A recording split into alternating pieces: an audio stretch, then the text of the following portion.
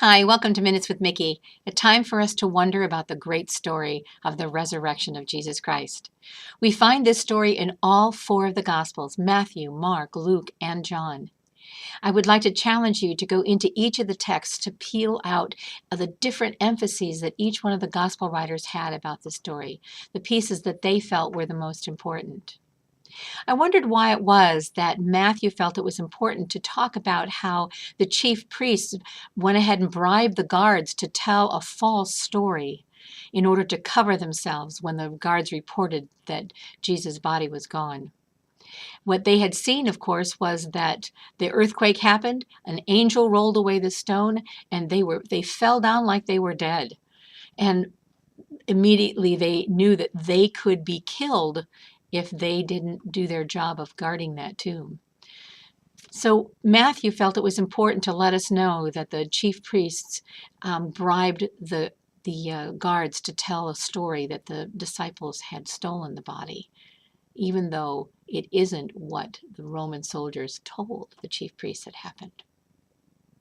It's interesting, I think that the guards went to the chief priests instead of going straight to their boss because they knew they'd be killed, and so they went to the chief priests probably thinking we've got to find some other help here in this.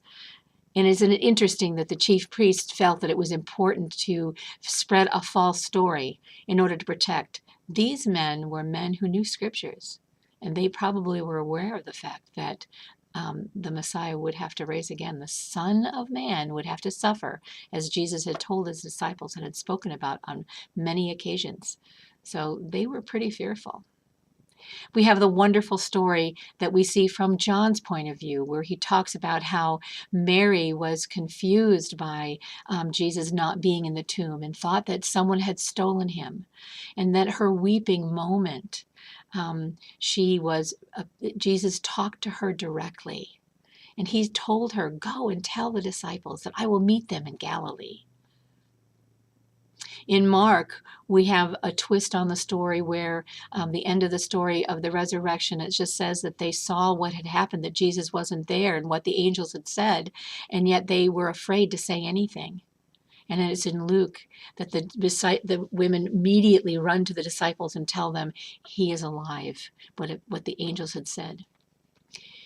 In a couple of these places, we realize that the men did not believe the women. And of course, the wonderful question that I always have is, why is it that Jesus appeared to the women first?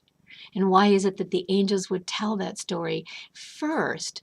The first appearance and understanding of the fact that Jesus had conquered death happened to Roman soldiers, and then to discipled women of Jesus. And next, it was the discipled men.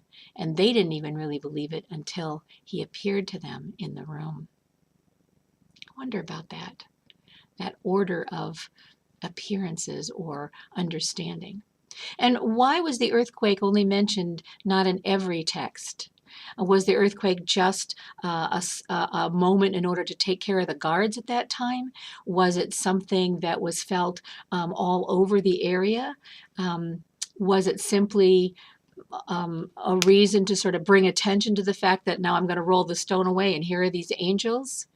We don't have Mary and Martha and Mary and Joanna and Mary actually discussing the earthquake on the way to the tomb.